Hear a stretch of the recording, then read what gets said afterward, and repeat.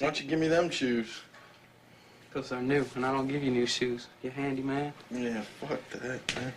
That shit's... I'm keeping this shit right here. Sorry. Yeah. Oh. This. Fuck them all. Get off me, man! Ah! I told you not to hit me in the face.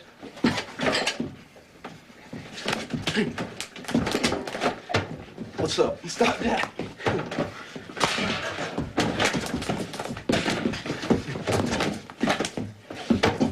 Oh, damn!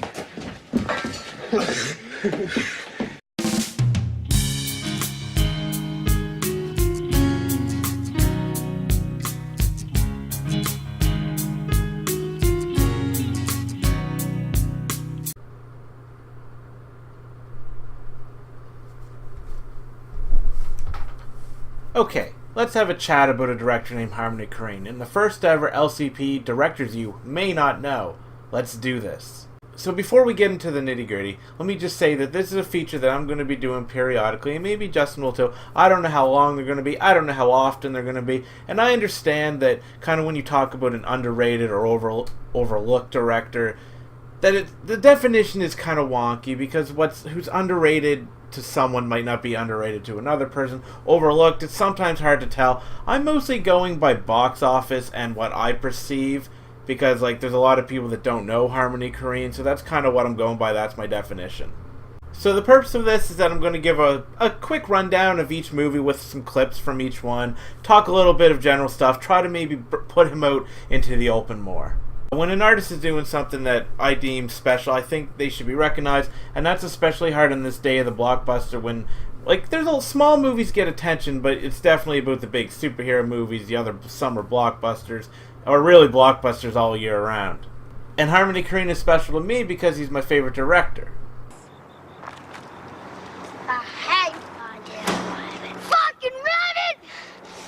Kill his ass! I don't like rabbits coming to my fucking house. I kill 'em. I got him. No, you didn't. Yes, I did. He looks like a queer rabbit. Oh, queer. That fact that he can kiss my ass. Rabbits are queers. Now, if you ask me what my favorite movie is, it's going to be really one of two Harmony Korine movies, the one that's going to start this discussion right now, and the one that's going to end it. So we're going to start with Gummo. Arguably his weirdest movie. I'll never forget when I was told about Gummo. The guy, I had never seen it obviously, and the guy said, "You got to watch this movie. I don't want to tell you anything about it, I just want you to watch it." And that's generally how I go about it. I just say, yo, this is my favorite movie, you should watch it, I don't want to tell you anything about it. And I'm going against that by making a video of it. But, you know, I'll say a little bit. It's basically about white trash in a town that was hit by a tornado, and it's really a series of vignettes, more about character, not really a story. The narrative is very non-linear, if there even is one. A lot of people would say there isn't one, because Harmony Korine himself has said that he's more interested in characters. When he watches a movie, he remembers the characters and the scenes, or at least, well, he said that back in the 90s on David Letterman, which are great interviews, by the way. And Gummo is chock full of memorable scenes, if you're okay with a bunch of people doing antisocial things and just kind of making a mess of everything. Now, what I'm about to say is obviously a very small sample size because I don't have that many friends, and that's not even me being self-deprecating, it's just you can only have so many friends. But I would say that I've recommended this movie to about, I don't know, 6 or 7 people, and what's interesting to me is a reaction, whether they love or hate it. This is one of those movies, and he's really one of those directors that is truly a love or hate. I mean, yeah, you'll get the exception of somebody who's just like, well, it's okay. And I hate laying that distinction on people because so many people are like, oh, you love it or you hate it. It's like, well, no, most of the time that's just not true. But I really feel like Korine is one of the few directors that you can say that about.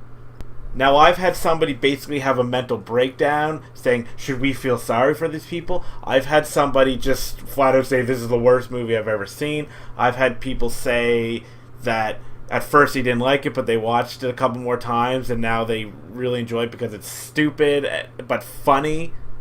I've given it to people that don't even really like movies a whole lot. Like, they look at movies in a more simplified way. They watch the mainstream movies, and which is fine. They don't go out of their way to find the more experimental stuff, but they came back, and they were like, this is so messed up. I love it. So you generally get strong reactions from it, which is why this is one of the movies that I love hearing what people have to say about it. If someone hates him, they're probably just going to say that he's a provocateur with no real substance. I feel differently. I don't actually think that there's a lot of social commentary in most of the movies that he does. There might be some, but it's really more of a byproduct of him going for, like, a feel. It really pays to read about what he thinks about the movie going in, what his mindset is. Because while it may not directly say anything that's going to impact your life, there is a definite atmosphere and feel that he's going for. He's examining something that he likes. But people will hate on that, and really, it was in a Roger Ebert review with somebody, I can't remember who she was, and I don't remember if it was about Julien Donkey-Boy or Gummo, but they said, I think it was Roger Ebert who said, 95% of people will hate this movie, but the other 5 will love it, and I think that's also true. Because while he embraces the weird, most definitely, there's no argument there that his movies are unconventional, there is legit artistic merit to it. He's not just throwing images on the screen. Sure, he'll occasionally throw something in probably that just to provoke people. But he knows cinema. He grew up with cinema, and just talking about him was making me say cinema, which is a word I never actually use. So while he may occasionally film things in a grittier way, there is a beauty here, and you'll often hear this in people talking about him. You'll hear perverse beauty, offbeat beauty. In a weird way, there's a lot of beauty in what he does. I don't even know that it's his most challenging film, but it is certainly his strangest. That's it. Good boy, yeah. Don't scream. I don't want you to scream. This is it. Come on, keep still. Don't shift around.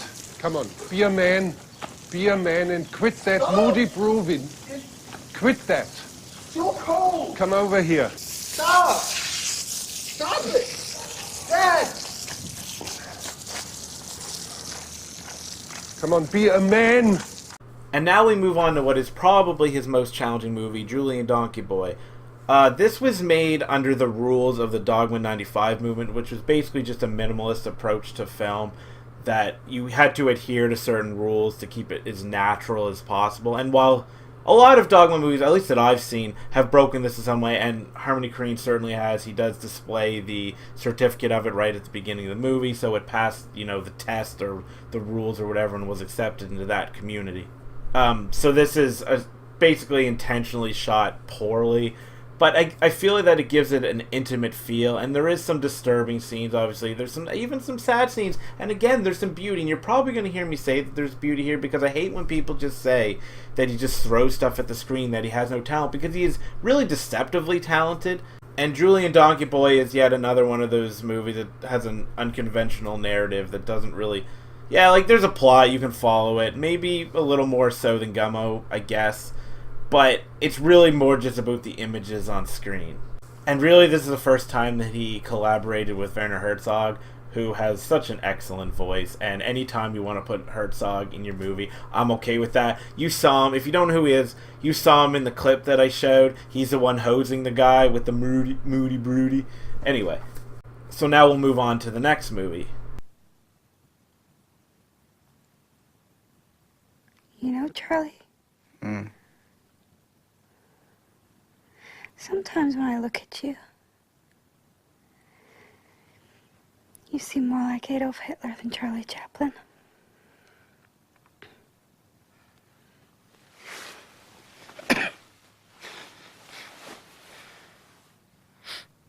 And the next movie that he made is called Mr. Lonely. I just showed you a clip. That's actually from my favorite scene. I had to make it a little shorter so you kind of missed the part after that, which I love, and it's really menacing and a little disturbing like he often does. But I've always loved that scene, and I love that whole part of you look more like Adolf Hitler than Charlie Chaplin. I've always loved that. And Mr. Lonely had the most plot of them all. It was 2 movies in one. One was about celebrity impersonators, and then the other was about nuns jumping from planes. So it still had that Harmony Korine weirdness, But this is where he really amped it up. And honestly, the nuns flying out of the plane is actually a really, again, beautiful scene. And then, of course, he had Werner Herzog there, so him saying stuff. Like, Werner Herzog, I know this video isn't about him, but he can say anything and it sounds so cool. I want him to narrate everything. I just want him to be in this video and talk, so you don't have to listen to me.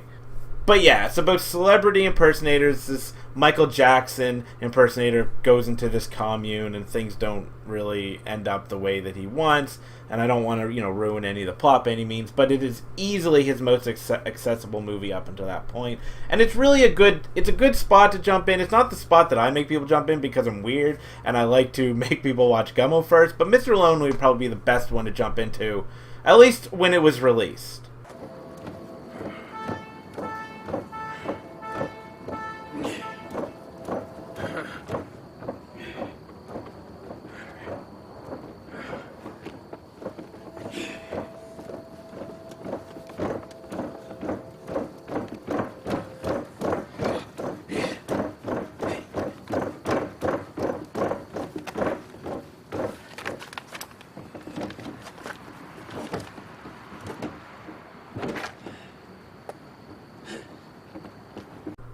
Oh boy. Now we're at Trash Humpers. Remember how with Mr. Lonely he actually wanted people to watch his movie? Well, now he's gone back to being ugly. Trash Humpers is shot intentionally as like a VHS tape. If you listen to an interview, which I strongly recommend with Trash Humpers especially, he says that he wanted to film this and just send little portions of it off to different mailboxes, like authority figures mostly, like police departments and fire departments and all that, because he wanted people to be like, oh, what's this video? And then you turn it on and it's these people humping trash, which kind of tells you where his head is at. This movie is definitely not for everybody. It's hard. Julien Donkey-Boy and Trash Humpers, I would say the hardest to get into. And coincidentally, my least favorite of the movies, even though I love all of his films like they're my own children. But the VHS kind of format that he has embraced with this actually does help it, because it does make it a little grittier and like Julien Donkey-Boy, more intimate. I think that if this was like a super polished, pristine film, it would just be kind of boring and lifeless, but the way that it's shot really adds to it. But this might actually be his funniest film, but I think you've got to have a very specific sense of humor, because it is a lot of just, again, these people that look like old people. They're just doing really antisocial things like humping trash, making a mess of things, which seems to be what a few of the Harmony Korine movies consist of, so I understand that people might not enjoy that. But I laughed quite a bit at this. I think Korine is a very underrated just black comedy writer, director in general. I think with black comedy it's sometimes hard because it can get a little too dark and then isn't funny, so you got to find that line. And I think that he has the appropriate mixture of messed up and funny. But I think I find Trash Humpers so funny because my rabbit is currently digging the floor. Because A, I'm simple, and B, it's kind of like a full version of the Hats bloopers that Justin and I put out on this channel. Back to position, giving you the business. Again, position, giving you the business. Giving you the business.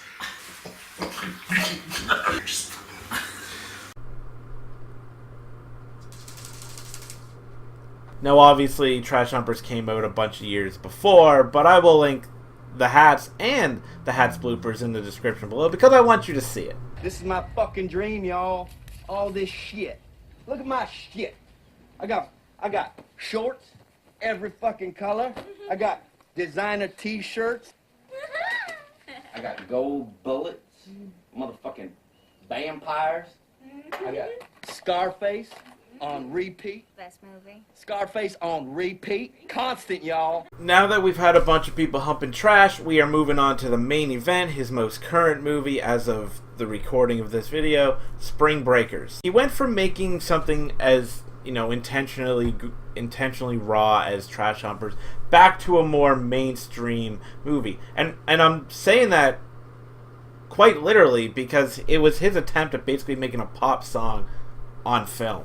He used incredibly noticeable actresses like Selena Gomez and Vanessa Hudgens, which I absolutely love because I remember before it came out, I know what Harmony Korine's gonna do, and I remember saying I can't wait till people like Selena Gomez fans go to this movie and come out of it being like, what the hell?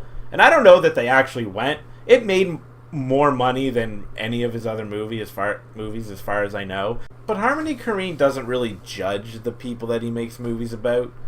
Like, he's kind of using the camera as a more observant eye rather than a judgmental one. He doesn't really make a comment on them. I feel like even with Spring Breakers, it's like, okay, this is what pop is. I'm gonna put it on video, and I'm not gonna, say anything real negative about it. I'm just gonna show it as I see it. So yeah, it's intentionally like neon and over the top. He has gunshot transitions, but yet it feels like there's a heart here. Like, in a weird way, he kind of appreciates pop, and that's how I feel about pop. Like, there's some really good pop out there, but a lot of it's kind of ridiculous. And Spring Breakers has that, and that's noticeable, especially in James Franco's character, who's based off of, I think his name's Riff Raff, and he is so over the top, but he's so endlessly entertaining. There was a scene with a Britney Spears song in it, which is one of my favorite scenes in all of movies of all time. But I didn't want to include it because I didn't want to include a Britney Spears song on top, just for copyright issues. But when that scene comes, it is so earned. But this is going to make me sound a little snobby, but Spring Breakers comes across as this movie, at least in my experience with people, that people claim to understand but don't. Like, they're like, oh, it's so dumb. It's like, yeah, it's meant to be really dumb. But it's smart about how it's dumb. It's funny, it's entertaining, it has really cool characters, it has great music. So I'll just leave with a couple quick closing thoughts. The first being, I wanted to get this out before The Beach Bum, which is supposedly coming out this year and also has a bunch of big Hollywood players like Matthew McConaughey, and this may even push him into the mainstream even more. I don't know.